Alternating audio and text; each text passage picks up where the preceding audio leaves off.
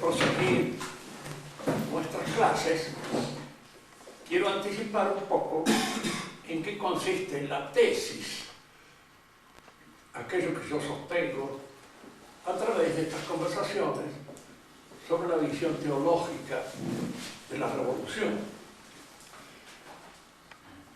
Yo sostengo, y en esto no estoy solo, por supuesto, mucho menos, de que la revolución ha tomado los principios fundamentales de los cambios revolucionarios, los ha tomado del acervo religioso.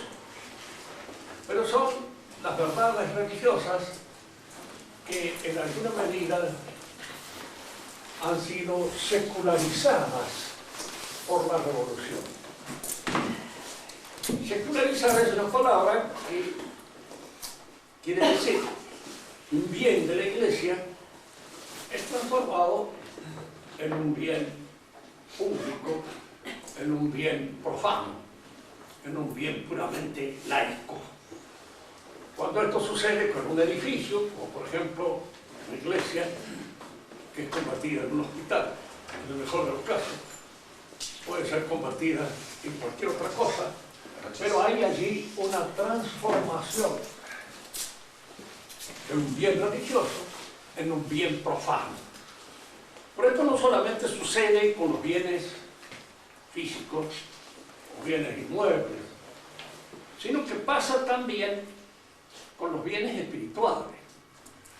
Ciertas ideas fundamentales del cristianismo son tomadas en el proceso revolucionario y convertidas en ideas que apoyan lo que podríamos llamar una conclusión o una solución laica o profana. El reino de Dios es una noción típicamente religiosa. Tiene su sentido en el encuadre religioso, sobrenatural, que le da la Iglesia. Pero se puede convertir en una utopía, es decir, en algo que los hombres piensan que puede realizarse aquí, en la tierra, y por medio a veces puramente político. El tema que nosotros habíamos tomado ya en la clase anterior y que hoy vamos a desarrollar con más latitud es la idea de que en el cristianismo la Iglesia es una sociedad de personas. Al decir que es una sociedad de personas, que no voy a decir, bueno, toda sociedad es una sociedad de personas. No es así. Yo no entro en mi familia por una decisión personal. Soy miembro de mi familia por nacimiento.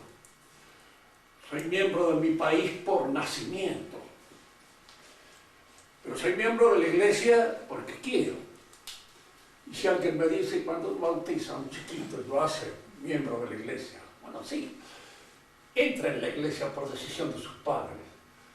Pero es necesario posteriormente que la fe, la esperanza, la caridad, la gracia, vaya creciendo, vaya personalizándose, vaya siendo adquirida por cuenta propia, porque de otra manera ese ser queda con una gracia que no crece, que no se desarrolla y que no logra el perfeccionamiento al que está destinado. La Iglesia triunfante es la Iglesia de todos aquellos que han alcanzado la santidad. Y la santidad significa la perfección de la persona, en el sentido más acabado del término. Esta nota de personalidad es fundamental para la comprensión de la Iglesia, para la comprensión de por qué los judíos no aceptaron la Iglesia. Muchos, ¿no? Otros sí, que la Iglesia fue ocupada por hombres que pertenecían al pueblo de Israel, que habían sido elegidos directamente por Cristo. Les dije, en otra oportunidad, que Cristo no eligió al pueblo de Israel como fundamento de la Iglesia. Eligió a hombres, a este, aquel, al de más allá, concretos, personales. Y eso indudablemente hirió la susceptibilidad de los miembros del Sanedrín, de los gobernantes del pueblo de Israel. ¿Cómo nosotros hemos sido elegidos como pueblo? Y resulta que el Mesías tendría que reconocernos como pueblo. Si no nos reconoce como pueblo, no es el Mesías. Esa fue, en cierto modo, la decisión de ellos. Y la decisión tremenda que terminó con esa exclusión. El pueblo quedó separado de la iglesia. ¿Hasta cuándo? Hasta cuando Dios lo diga. Bien. Habíamos dicho otra cosa, que es lo que vamos a retomar ahora como fundamento de nuestra exposición. Dijimos que esta civilización a la que nosotros pertenecemos no se funda sobre la civilización hebrea, que era una civilización sacral. Es decir, era una civilización en que todas las actividades del espíritu, el arte, la ciencia, la economía, la política, la idea que el hombre tenía de sí mismo, hasta de los baños que debía darse, estaban determinados por la religión. Estaban, diríamos así, concebidos y considerados con criterios religiosos, dependientes totalmente de la religión. En cambio, nuestra civilización no. Los movimientos, las actividades espirituales de nuestra civilización, la ciencia, el arte, diríamos, la idea que el hombre tiene de su propia realidad, la economía, la política, tienen criterios propios, autónomos. Cada una de ellas se ejerce según sus propios criterios, aunque esté en alguna medida, y esto es lo que vamos a ver ahora, dependiente del magisterio de la Iglesia. Pero, diríamos así, una solución política es una solución que se hace con criterios políticos. Los papas que en alguna medida manejaban políticamente los estados pontificios, cuando estos estados pontificios existieron, lo hacían con criterios políticos. Y a veces, indudablemente, podían ser discutidos por los cristianos en cuanto al valor de esos criterios, porque esos criterios políticos no eran criterios religiosos, eran políticos exclusivamente. Y en tanto que políticos podían ser discutidos por un cristiano. Dante discute la política papal. Fíjense que esto sucedió mucho siempre en Italia. Para los nacionalistas italianos, todos aún los primeros, Dante, uno de ellos, siempre los estados pontificios fueron un poco escandalosos para ellos, porque es lo que les impedía la unificación política de Italia. ¿Y por qué la impedía? Diríamos que el papado tenía miedo de tener cerca, demasiado cerca, un poder demasiado fuerte. Porque ese poder demasiado fuerte tiende inevitablemente a oprimir la religión y a usarla para sus fines políticos. Ese era el temor que tenían.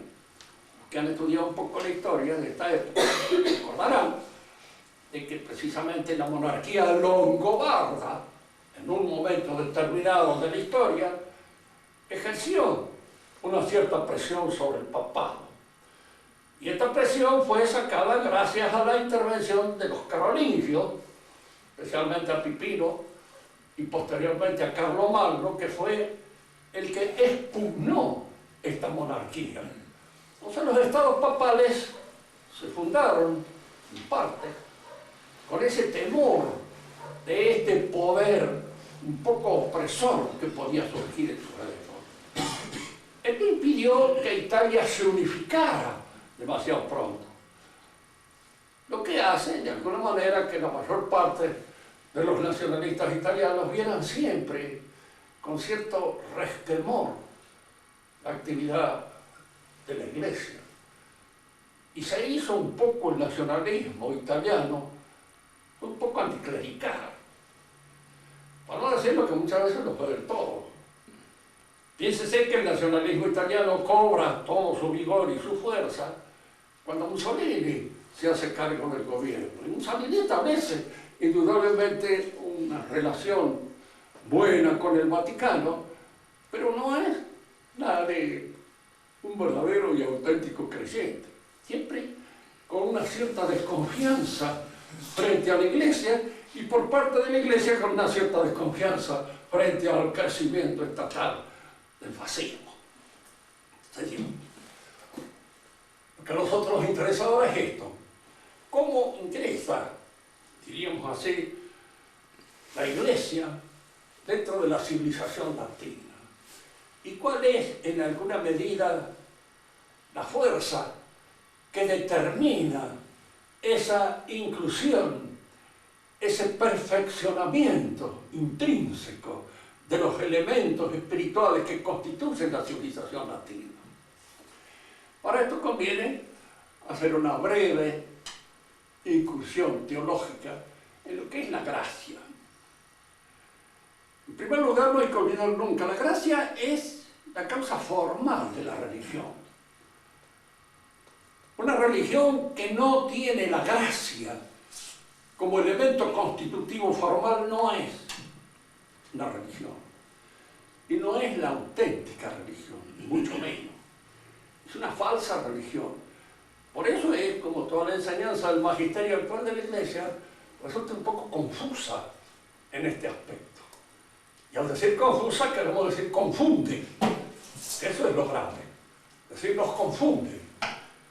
Nos hace pensar de que todas las demás también son religiones, que en alguna medida tienen una cierta similitud proporcional con la religión auténtica. Y no es así, son falsas religiones.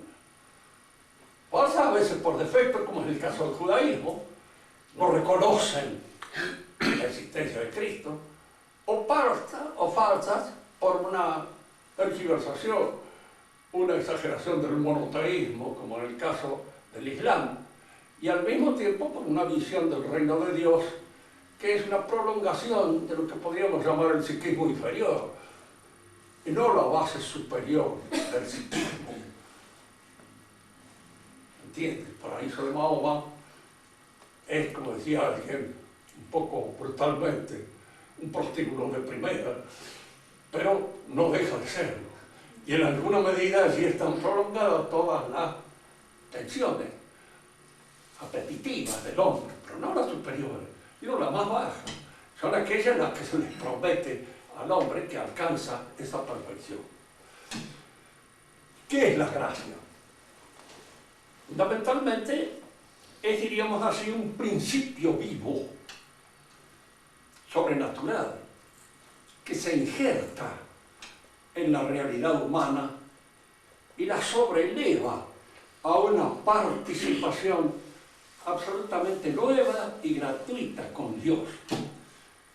Al decir gratuita queremos decir, no está hecha por el merecimiento que tiene tal o cual persona, sino porque Dios quiere, da la gracia. Indudablemente, las buenas obras, el esfuerzo que uno realiza sobre sí mismo, forman parte de toda esta dinámica del perfeccionamiento cristiano. Pero la gracia la da Dios porque quiere. Y en cierto modo la da a quien quiere. Y aquí es donde aparece otra vez acentuado ese aspecto personal, diríamos así, de la elección que Dios hace de aquellos que quieren que constituyan su iglesia. Pero así como la gracia perfecciona al hombre en sus actividades superiores, en la inteligencia por la fe, en la voluntad por la esperanza y en todo el movimiento de crecimiento superior por la caridad, que es la virtud propia del apóstol. La caridad es el amor al prójimo por el amor de Dios, y al decir esto queremos decir que uno ama a su prójimo cuando desea su salvación. Y cuando desea su salvación de alguna manera es porque siempre está dispuesto, dentro de sus posibilidades, por modestas que sean, a colaborar en la difusión de la fe. Y en esto consiste principalmente la caridad. Pero la caridad que perfecciona al hombre y lo hace partícipe de una realidad superior, perfecciona también todas las otras actividades del espíritu. Aquí es donde nosotros vamos a ver cambios que en el transcurso de nuestra civilización se provocan, se producen, no solamente en la situación del hombre, no solamente en su dinamismo antropológico específico, propio, espiritual, sino también en el arte, en la política, en la economía, en la ciencia.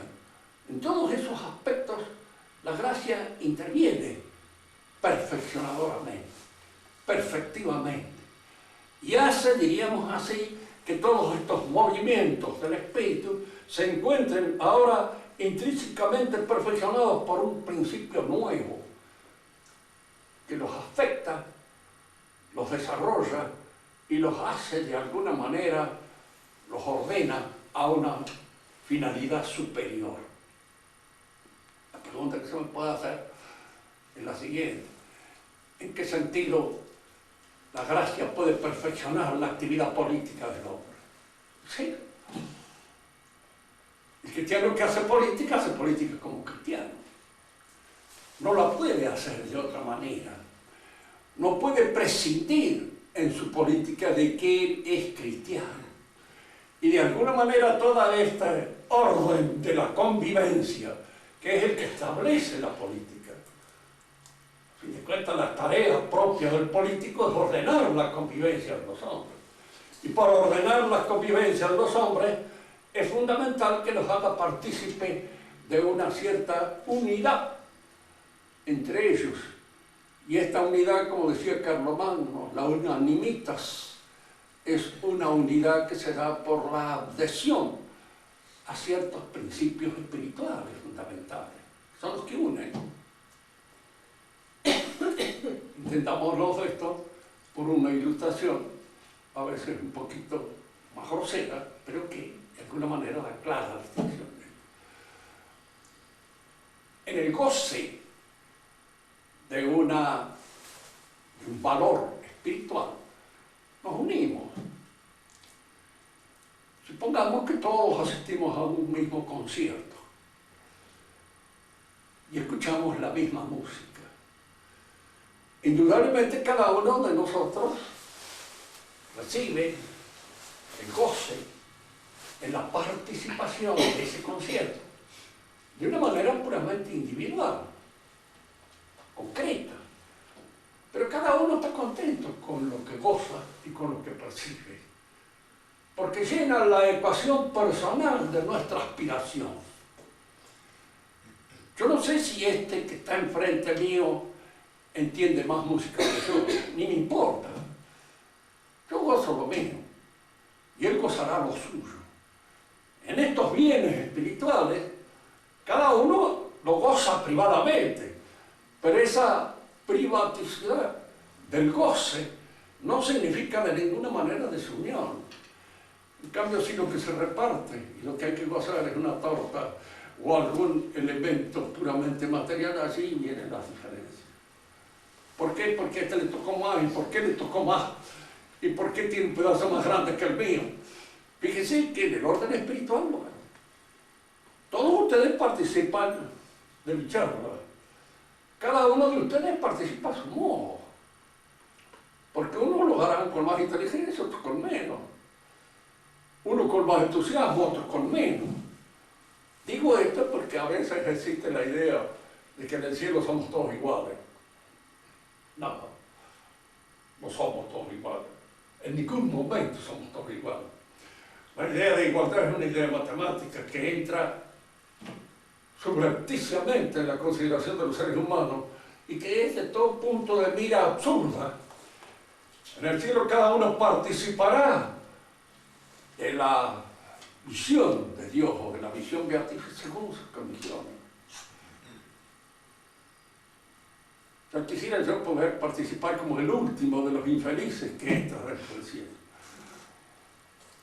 Jamás se me ocurriría pensar que yo puedo participar igual que Santo Tomás, que San Agustín, o que la Virgen Santísima. Cada uno de ellos tiene esta visión, que está acomodada a sus condiciones, a su receptividad, a su actitud espiritual para dar cabida a ese bien, a ese valor del cual se goza. Análogamente a lo que sucede en un concierto. Si yo me pongo al lado de alguien que es músico y que indudablemente goza de la plenitud de ese concierto con conocimientos que yo no tengo, pero yo no los envidio porque ni sé cuál es su gozo. Envidio cuando el gozo es material. Envidio cuando indudablemente a este le ha tocado una parte más grande que a mí, o una parte mejor que a mí, en la repartición de este bien físico, de este bien material, pero no en la repartición de un bien espiritual. Los bienes espirituales unen, los bienes materiales no. Por eso diríamos así, una de las utopías más escandalosas de los movimientos revolucionarios es pretender hacerlos a todos los hombres iguales en la participación de los movimientos, de los elementos materiales. Esto está en un pobrecito bastante zanahorio, el pobre que se llamaba Gracchus Babeuf, en la idea de la libertad. Fue uno de los revolucionarios que, por supuesto, murió con la cabeza en la guillotina, igual que la mayor parte de todos sus compañeros. Pero era uno de los más utópicos de todo eso. Sincero en todas sus cosas, de una sinceridad conmovedora, infantil y estúpida. Podemos decirlo en todo sentido porque tenía todas esas condiciones del imbécil que en alguna medida va a ser víctima de sus propias ideas, de su propia manera de concebir las cosas en las cuales estaba embarcado. Lo que une a uno es el espíritu. Y en ese sentido podemos decir, cuando aparece esta idea del reino de Dios, como idea fundamental que dirige todo el apostolado de la religión, en la política, esta idea va a servir en alguna medida de idea ejemplar, en función del cual se organiza la ciudad. No hay que olvidar nunca en estas cosas. El mejor régimen político no existió nunca, ni va a existir nunca. Es como el mejor régimen dietético. Ni existe, ni existirá. Uno de alguna manera puede sacar algunas conclusiones beneficiosas para sí mismo, pero uno es una criatura enferma y lógicamente se tiene que morir. Y las cosas, diríamos, que pertenecen al orden de la vida física, de nuestra realidad, sea personal, sea familiar o sea política, padecen exactamente de la misma debilidad. Se acaba, se termina. Y además, no olvidemos esto, si nos cuesta portarnos bien a veces a nosotros mismos, en nuestras relaciones personales, lo que debe costar a todo el mundo que participa en una sociedad. Por eso las sociedades tienen y padecen siempre una enfermedad inevitable que viene de la naturaleza caída. Cuando se pierde de vista este dogma de fe de la naturaleza caída y se cree que el hombre es bueno y que la sociedad lo hace malo, como si dijéramos nosotros, el hombre es buenísimo solo, pero como solo no puede vivir, vive en conjunto, es malo. Bueno, empecemos por decir que es malo y se acabó todo el problema, porque es indudable que no es bueno, es, como diría Maquiavelo, flojo, malo de rato si no le cuesta mucho. Si le cuesta mucho, en general tampoco es del todo malo, pero en alguna medida, diríamos así, esa flojera es la que establece los desniveles y las distintas, diríamos, calamidades que se padecen en el orden social. La política es intrínsecamente perfeccionada por la gracia. La gracia la hace partícipe ahora de ese reino de Dios al cual aspiramos. Así que esto es importante, porque es indudable que la revolución va a trabajar también sobre esta noción del reino de Dios, pero lo va a creer accesible al hombre, y en virtud especialmente de lo que podríamos llamar instancias puramente humanas. El orden de Dios es la sociedad comunista, el orden de Dios es la sociedad democrática, el reino de Dios Pero ustedes fíjense que aún aquellos mismos que creen en esas utopías, dicen, bueno, todavía no estamos preparados, pero hay que ir organizándose para alcanzar esa perfección que supone, diríamos así, la aparición del verdadero comunista, la aparición del verdadero demócrata, la aparición del verdadero radical, la aparición de todo esto. Es cuestión de educación, hay que esperar. Educar al soberano. Esperen, hoy no se da, pero mañana sí. Es como los almaceneros. Hoy no se fía, pero mañana sí. Y entonces ustedes indudablemente esperan el día ese de mañana, que no llega nunca. En la revolución siempre el infinito está dado por ese retroceso del horizonte del mañana. La infinitud de la nada, la infinitud de lo que no es todavía y de lo que no puede llegar a ser. El reino de Dios es paradigmático en la organización de la sociedad cristiana, pero sabemos nosotros de que no se puede lograr acá, de que no es históricamente lograble. La revolución lo considera históricamente lograble, pero como no se logra hoy, y como esta revolución no ha cumplido con todos los objetivos que indudablemente se proponía cumplir, se logrará en la próxima revolución.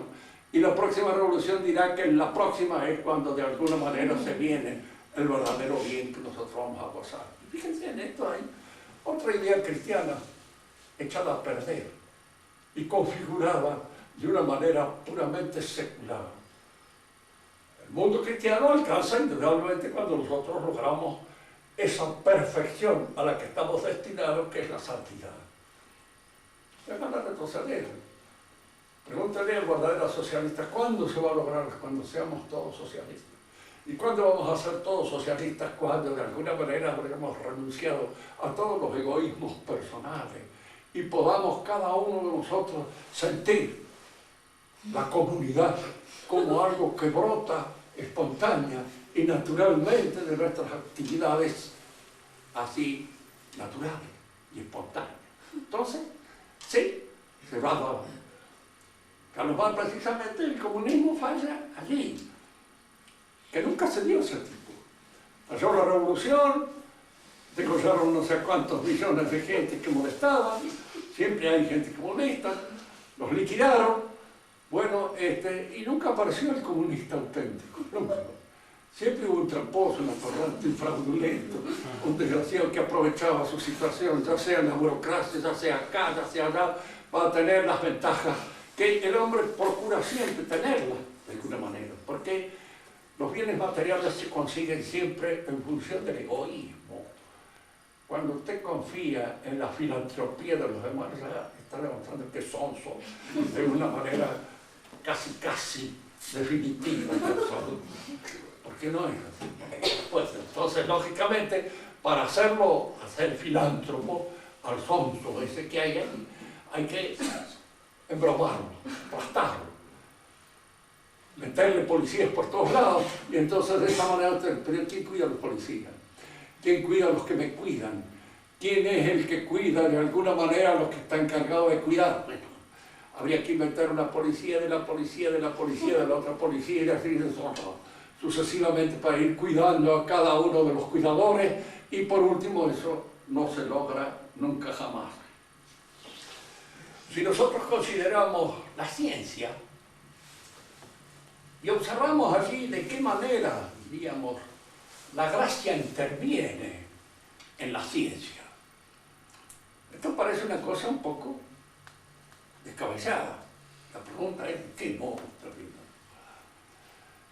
No se olviden nunca de que dentro de la civilización grecolatina, la ciencia era lo que en esa época podía llamarse también de alguna manera la filosofía.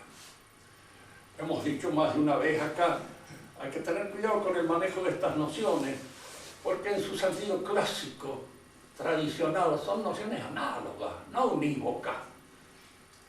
Nosotros manejamos una noción de ciencia, ahora se usa, puramente unívoca, que está inspirada ya sea en la ciencia física, matemática, o en alguna otra ciencia, como puede ser la biología, en algunos de los mejores casos. Todo aquello que no responde a una consideración, a una lectura matemática de la realidad, no es ciencia. Y entonces desaparecen del plano de las ciencias prácticas, las ciencias lógicas, las ciencias, diríamos así, morales. Todo eso desaparece, dejan de ser ciencia, no son ciencias. ¿Qué son? Todo conocimiento organizado, sistemáticamente, metódico, y que de alguna manera supone el adiestramiento de nuestras disposiciones intelectuales, es ciencia. Pero unas se dan de una manera y otras se dan de otra, según el objeto propio de cada una de esas ciencias. Porque es el objeto de la ciencia, o de lo que la ciencia estudia, el que determina el método a seguirse para poder adecuadamente alcanzarlo y lograrlo. El hombre que estudia matemáticas, indudablemente no tiene por qué tener las precauciones que tiene aquel que estudia un organismo biológico. Porque el matemático no tiene que estar observando ni con el microscopio, ni con ninguna otra cosa, realidades físicas, porque está trabajando, diríamos así, con entidades puramente ideales, con entidades que son definiciones del espíritu. Por eso se les llaman entes de razón. Con eso trabaja, y allí nace su exactitud. El mundo de nuestra civilización hereda del pensamiento griego la ciencia que en ese momento los griegos poseen, que es la filosofía. ¿Y de qué modo, diríamos así, la filosofía logra penetrar en esta ciencia, logra perfeccionarla para que alcancen esta ciencia aquellos objetivos profundos a los que aspiran? Que a fin de cuentas, lo que buscaron los griegos en el pensamiento filosófico es el conocimiento de Dios, el centro divino. Eso buscaron los griegos. Por eso, en cierto modo, el cristianismo, con respecto a la filosofía griega, no tiene nada más que retomarla, perfeccionarla y llevarla a la perfección a la cual esa filosofía aspira. Cosa que no se puede hacer con la filosofía moderna. Digo esto porque muchos hacen esta pregunta. ¿Por qué eso que hizo Santo Tomás con Aristóteles no lo podemos hacer nosotros con Hegel? Porque Aristóteles iba en busca del centro divino y Hegel viene de vuelta. Hegel es un hombre que ha laicizado el pensamiento tradicional teológico. Está de vuelta, no lo podemos rebautizar, porque él ha rechazado el bautismo como un apóstata. Aristóteles sí, porque él no lo ha rechazado, él va en esa línea. Y de alguna manera lo que le hace falta es aquellas ayudas sobrenaturales que le permitan alcanzar el objetivo que se propuso, el objetivo que él quería en el fondo de su corazón. Cuando aparece la discusión de cristianos y racionalistas con respecto a si hay una filosofía cristiana, el racionalista dice, no tiene sentido. ¿Por qué? ¿Hay una botánica cristiana? Entonces la respuesta es no. No hay una botánica cristiana. La botánica es la botánica. Y la zoología es la zoología. Pero si nosotros entramos en el terreno de la metafísica, diríamos que sí, hay una metafísica cristiana. ¿Y esa metafísica cristiana en qué consiste su cristianismo? En una serie de verdades que en torno a la realidad del mundo, del universo físico, los griegos no habían alcanzado, no habían logrado, y que aparecen allí, indicadas, señaladas, con todo pormenores dentro de la revelación. Que el mundo ha sido creado por Dios en un acto gratuito, porque sí, porque en su plenitud, en su esplendor, en su generosidad se vuelca hacia la creación y crea el universo de la nada. Es una idea que nace con el cristianismo. ¿Es metafísicamente asimilable? Sí. Pero los metafísicos no la conocieron. Y de alguna manera aparece con el cristianismo en toda su plenitud. Fíjese que para Aristóteles, Dios, para Platón, ¿verdad?, era el demiurgo. Era un ser que había fabricado el universo, pero lo había fabricado de una materia preexistente, que ya estaba en la realidad. Era un magma caótico, pero en ese magma caótico trabaja como un alfarero en el barro para hacer precisamente todas esas cosas que constituyen el universo mundo. Y al mismo tiempo, no solamente había una materia preexistente, sino también que preexistían las ideas ejemplares de conformidad con la cual él organizó la materia. La pregunta es, pero esas ideas ejemplares no estaban en el pensamiento divino. Fíjese que esta pregunta está en Platón hecha. Él se la ha hecho esta pregunta. Y en cierto modo, diríamos así, hay un padre francés, Festigier, que él ha hecho un estudio precisamente del platonismo y de las posibilidades de acercamiento a una noción de creación que se da en él. Pero no está claro, no está determinado, no lo pensó bien.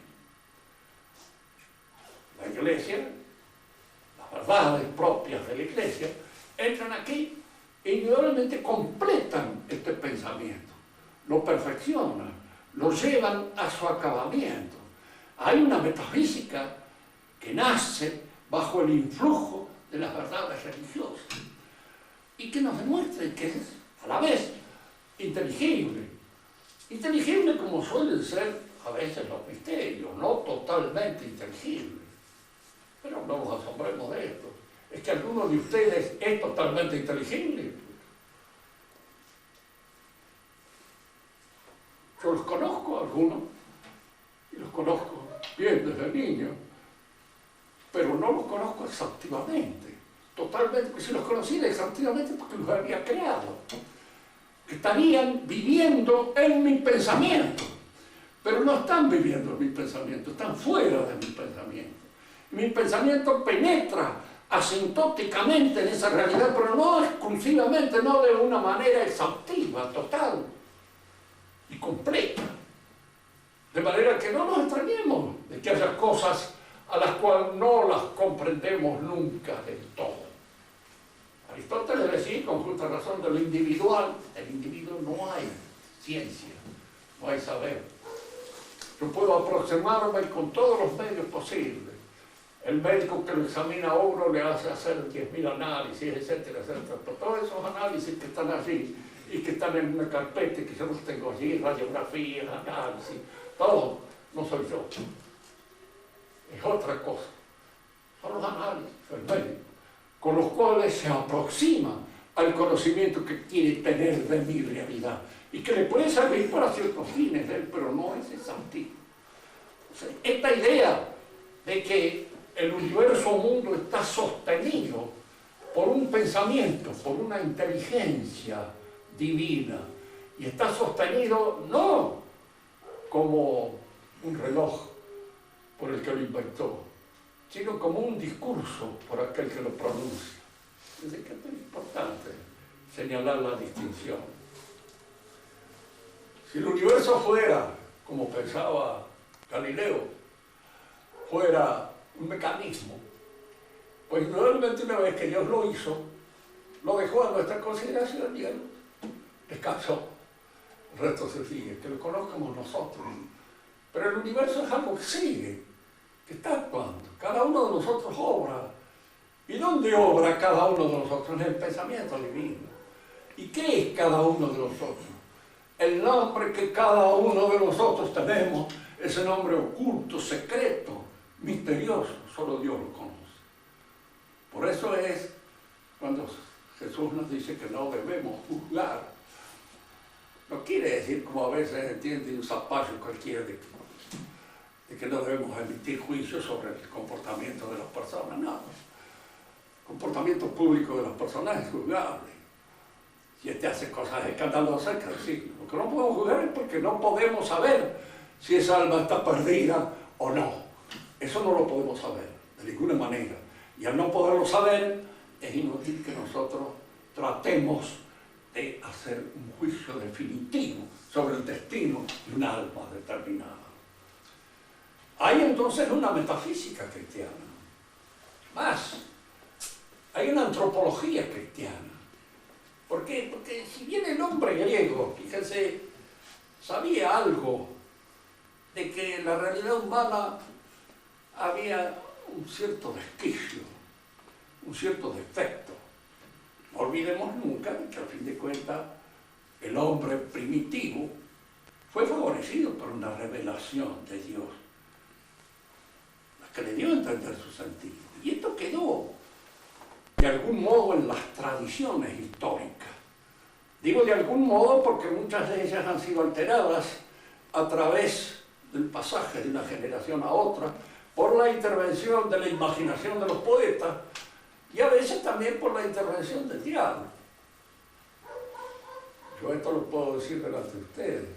Si lo dijera en una reunión, diríamos así, de gente que no creen ya, como decía Oliverio Girondo con toda grosería, no creen ni en el moco arriba. Si nosotros lo dijéramos delante de ellos, podrían decir, este viejo imbécil con lo del diablo, vaya a pedir pampa a otro lado, el diablo no existe. Y como hoy está por desaparecer también de la enseñanza de la Iglesia, sería un gran alivio que desapareciera, pero de hecho parece que existe y que de alguna manera influye en la historia de nuestras cosas. Y al influir, indudablemente influye sobre todos aquellos contenidos sobrenaturales a los que caricaturiza, a los que deforma, a los que destruye en su tendencia específica. El diablo es un mono de Dios, se dice, y es un caricaturista, destruye, y hace de la fe a veces una cosa fea y risible.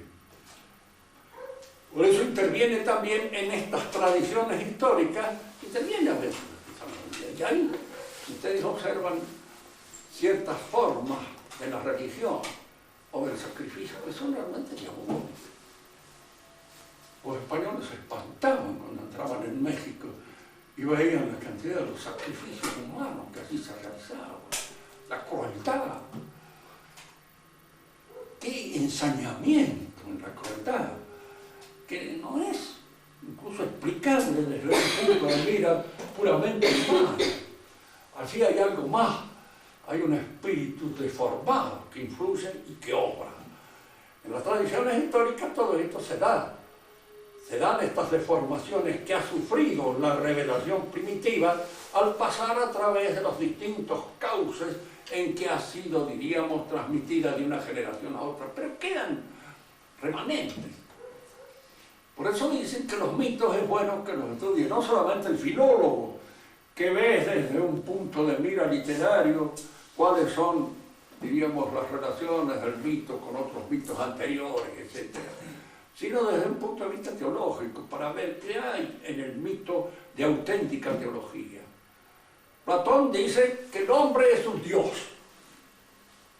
venido a menos, y castigado en alguna medida por su curiosidad, para encarnar en este cuerpo en el cual se nos ha metido. El objetivo, el propósito de toda esta teología platónica es la liberación de nuestra alma de este cuerpo en la que está inmersa y en la que está metida, de este cuerpo, diríamos así, de pudrición y de este cuerpo de decadencia. Acá hay en esta idea error grande, pero al mismo tiempo hay como el reflejo de una verdad tradicional auténtica. Hay un paraíso perdido, que Platón lo ve a través de su idea, a través de su composición, ¿okay? Pero lo ve como una caída ontológica del hombre, no como una caída moral. Lo ve como un descenso ontológico a una realidad inferior, que es la materia. En el cristianismo no hay realidades inferiores, hay realidades de distinto nivel, pero no hay malas realidades. creó el mundo, creó los árboles, todo esto, y vio que esto era bueno. Es decir, vio que era bueno, porque tenía su realidad, y al tener su realidad tenía su bondad auténtica, cabal. Pero indudablemente había actuando dentro de la naturaleza humana esa descomposición, esa caída, que la teología llama la caída del hombre, y que si nosotros consultamos a un psiquiatra nos dirá, mire, el hombre no es nunca totalmente dueño de sí mismo. Hay en su propia realidad cosas que se le escapan. Hace cosas que no quisiera hacer y las hace. Cae a veces en pecados que no quisiera cometer y los comete. ¿Por qué esa falta de posesión de sí mismo? ¿Y por qué esa angustia de creer de que es necesario tener esa posesión de sí mismo? Porque hay una perfección que se ha perdido y que queda en el fondo del alma como nostalgia, como algo que pudimos tener y no tenemos, pero como algo que nos convenía y lo hemos perdido. Y si nosotros consideramos y observamos la historia, llegamos a la conclusión eso de Shakespeare, parece un cuento contado por un loco. Y en realidad es algo así, porque, diríamos, la caída del hombre es una cosa que explica la mayor parte de las deficiencias que se dan en su comportamiento. Marx decía una cosa, como todos los falsos profetas, son también profetas. Es decir, hay algo en ellos falso, pero hay algo en ellos que acierta la profesión. Porque no puede tener tan puntería, errarle todos los tiros. O sea, casi podríamos decir, tiene la intención de no pegar. Pues eso sería. Nadie tiene esa intención. Marx decía que el hombre era, entre todas las actividades del hombre, aquella que lo distingue, lo define, lo especifica, es la economía.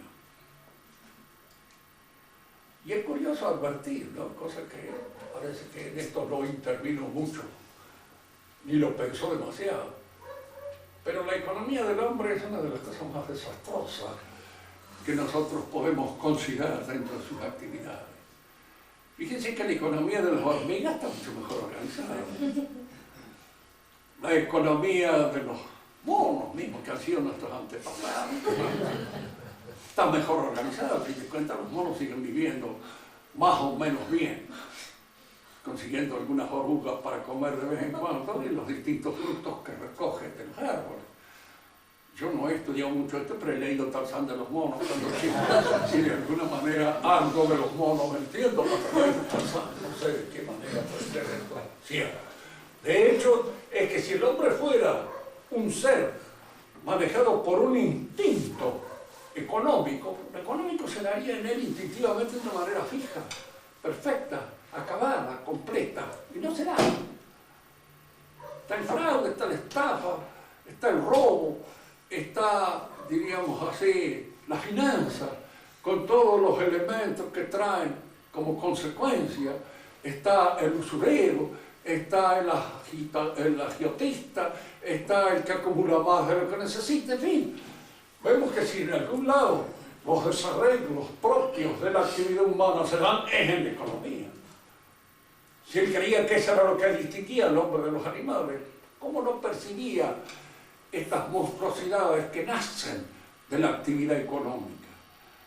¿En función de qué? ¿A qué las atribuía? Porque si hay un instinto, todos los instintos son fijos, permanentes y absolutamente seguros en el objetivo que los guía.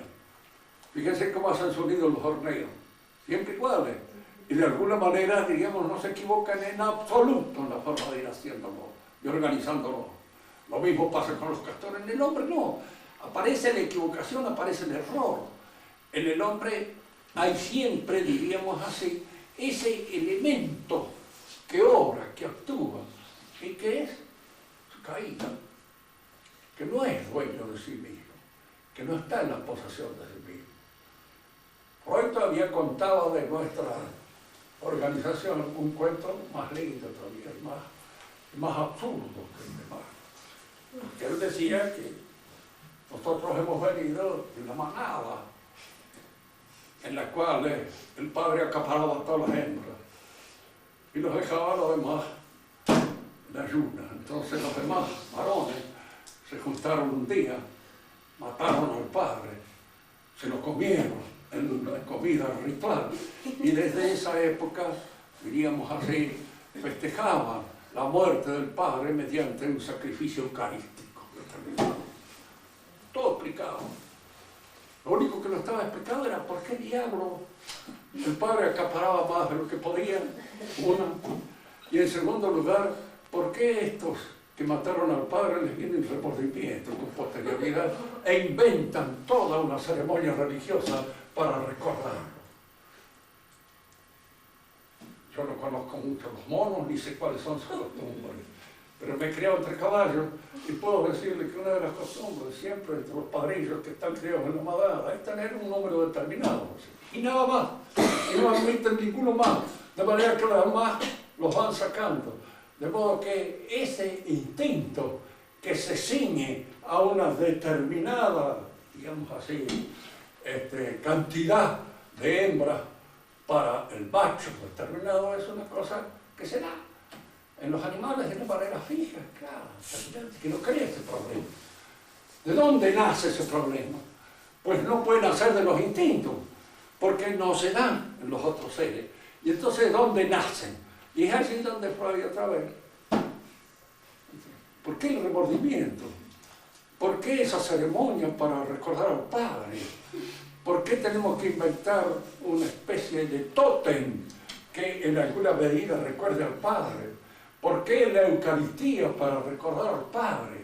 Etcétera. Son toda una serie de cosas que no están explicadas en el contexto con que él trata de trabajar y de explicar pura y exclusivamente el nacimiento de la humanidad.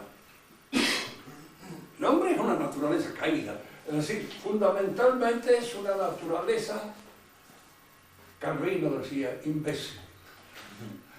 Tenía razón, la palabra imbécil viene del bastón, del báculo. Imbécil es el que necesita un apoyo en el bastón, imbáculum, de ahí viene.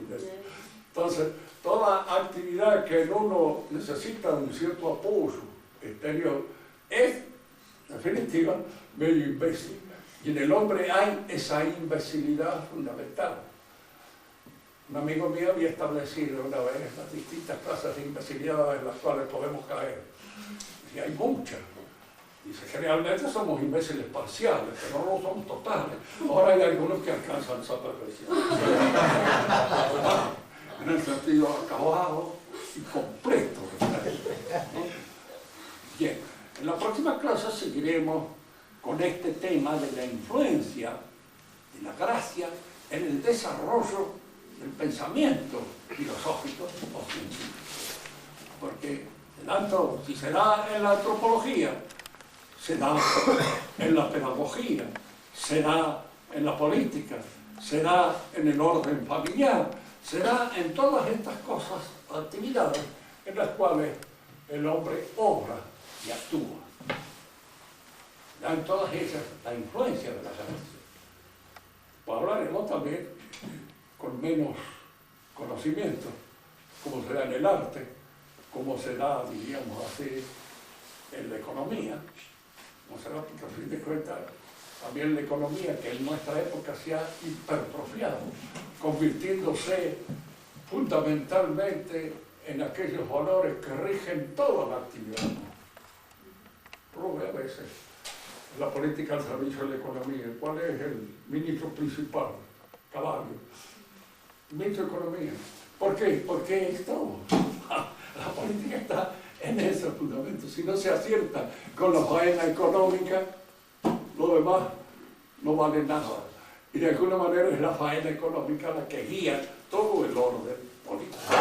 Pero esto lo vamos a ver después cuando entremos ya en cómo este orden establecido por la gracia en las actividades espirituales de nuestra civilización son corrompidos, echados a perder, distorsionados, atrofiados o hipertrofiados por la influencia de la revolución. ¿Qué cosa? La revolución nunca ha dicho nada que en alguna medida no esté en contraria de los principios cristianos. La revolución nace en el mundo cristiano, se impone. Hay tres nociones respecto a ella. La que dicen los revolucionarios, ¿qué es lo que dicen? Todas aquellas cosas que los curas le han prometido para otro mundo, nosotros las vamos a conseguir en este. Punto. La que dicen, por ejemplo, los cristianos, que efectivamente la revolución es una descomposición de las ideas cristianas fundamentales. Y la que dice ese pensador tan serio que se llamó Nietzsche, que dice que el mundo moderno es resultado del cristianismo, porque él creía que inevitablemente el cristianismo, con sus ideas, terminaba en esta porquería que es actualmente. Así, por ejemplo, Jesús predicó la igualdad. Sí, todos somos iguales ante Dios. El cual nunca predicó semejante cosa. No todos somos iguales. A él eligió a alguno. Este no es igual que este otro. Además, hay que partir de este. Jesús no dijo nunca una imbecilidad de Satanás. Y las imbecilidades corren por cuenta del imbécil que las imbécil. No hay igualdad entre los hombres. Hay semejanza, pero no igualdad. Cuando alguien dice, la mujer igual que el hombre, no, déjense enromar, qué porquería, qué asqueroso, semejantes cosas. ¿A quién se le va a ocurrir esa porquería? ¿Algún gay? Pero el resto no estar de acuerdo con semejante absurdo. Y todas estas ideas van entrando. La idea de que la sociedad común es una sociedad de personas es una idea que entra con el liberalismo. Es decir, la sociedad común nosotros ingresamos libremente. Es un contrato. ¿No nos gusta el contrato? Pues tratamos. Rompe el contrato. Pero no lo ingresamos libremente. Y no es el resultado de un contrato.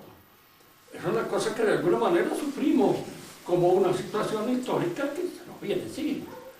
Yo he nacido en mi familia, tal vez me hubiera gustado nacer en otra familia más rica, más linda, más opulenta, etc. Bueno, pero he nacido en la mía. Y lo curioso del caso es que somos hijos de nuestros padres. Y que no podríamos ser hijos de otros padres, de ninguna manera. Porque esos son de los cuales nosotros recibimos lo que tenemos y somos lo que somos. Digo esto porque siempre hay algunos muy inconformes. A mí me hubiera gustado que ser hijo de Rockefeller. Digo, pues no serías vos. Cuando sabes qué diablo sería, de manera que no te pongas en situaciones utópicas e imbéciles que no tienen ningún sentido, ninguna realidad. Bueno, ¿alguna pregunta? A ver, Clarita. Cuando vos decís que toda la revolución son ideas que surgen de distorsionar las ideas del cristianismo, ¿se podría ver también, por ejemplo, en toda la idea del positivismo, inclusive del mismo marxismo, un resabio de la religión hebrea en el sentido que... Claro, el mesianismo. Mira, a veces hay cosas de esas, ¿no? En el mar hay algunas cosas que podemos nosotros conectarlas con la religión hebrea. Por ejemplo, la idea del pueblo elegido. Marx cree que el pueblo elegido es el proletariado. Indudablemente lo inventa, porque el proletariado, así es la forma en cómo él habla, no existe. Cuando se habla de entidades puramente sociológicas, para explicar a un hombre, te habla así que es burgués. Son formas, diríamos así, de destruir la verdadera relación. Uno no habla así porque es burgués, habla así porque habla así. ¿Y él por qué hablaba así? ¿No era burgués? Sí, era burgués, entonces le puede decir todas las ideas suyas son típicas de la burguesía, ¿verdad? Y efectivamente lo son, de alguna manera, ¿no? Porque están determinadas por el contexto de clase en el cual él mismo se movía, ¿vale? Era burgués. Y no de burguesía baja, sino de burguesía bien alta. Y varón consorte. como se dice, viene creo, varón por braguetazo, que se había casado con una baronesa, pero de alguna manera diríamos, él tenía la idea de que lo organizaba un monarca y todo,